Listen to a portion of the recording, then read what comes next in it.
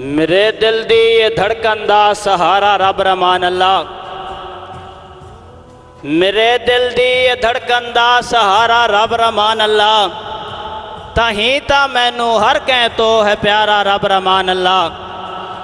ए नबियां तो पहाड़ा ते पचाया वंज भी नहीं सकदा, तेरी कुदरत दे जर्रे दा नजारा रब रहमान अल्लाह। विच करबल सैयद ने से ते गया पढ़दा पाक कुराने, जेड़ा मुनकर आले नबी दा है केड़ा उसदा यार ईमान है। जावेद मैं नौकर पंज तन दा मेरी जिंदगी दी पहचान है। मैं शान हुसैन दी की लिखा जेड़ा दो जगदा सुल्तान है। साईं वड्डे जिगरे आले पिछा नहीं हटदे, जेडे गजन पे बदल चनाते। जिन्ना ठिलना होवे ठिल वेंदे नहीं बाहर जणेंदे हाथे। जेड़े प्यार दे नाते जिंद देंदे उहा जिंदा रांदे नाते। पहले ही जर जवेद पचेंदे हन पिछे जा वहीं सौंदे बाते। ते कोई हाकिम होंदा दुखा ते, जेड़ा दुख ते हुक्म चलेंदा। कदी इंज मजलूम तलींदे ना उका सुखा दे नाल रहींदा। ए हाल बेहाल ते राती जागण ना अखी नू लाल करिंदा। जावेद विछोड़ा सुख होंदा राती लमिया ताण सवींदा। करा याद गरीब दा सा रुकदा हो वेंदी ए तंग जिंदगानी। ए भी सच्चे यार भुला ना सकदा, तैनोए मैं दिलां दिया जानी। ते कच्ची उम्र संगत ते घाटियां तो वड्डी काई नहीं चन परेशानी। हुण दिल लाता है जावेद मियाँ इस इलाके बहु अरमानी। फुटे संगत दे काफले गुरबत विच जखड़ा दे झोले बन गए। फुटे संगत दे काफले गुरबत विच जखड़ा दे झोले बन गए।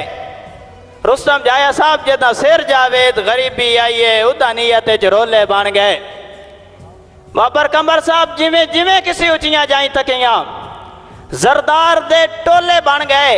ए दिल कदी ताज महल दिस दई इसे गम में खोले बन गए। मैन शहरी करन दा वाल कोई ना, तेरे हिजर च कलम चवाया। हा समन सकून दादी मैं तेरे प्यार च सजा रवाया।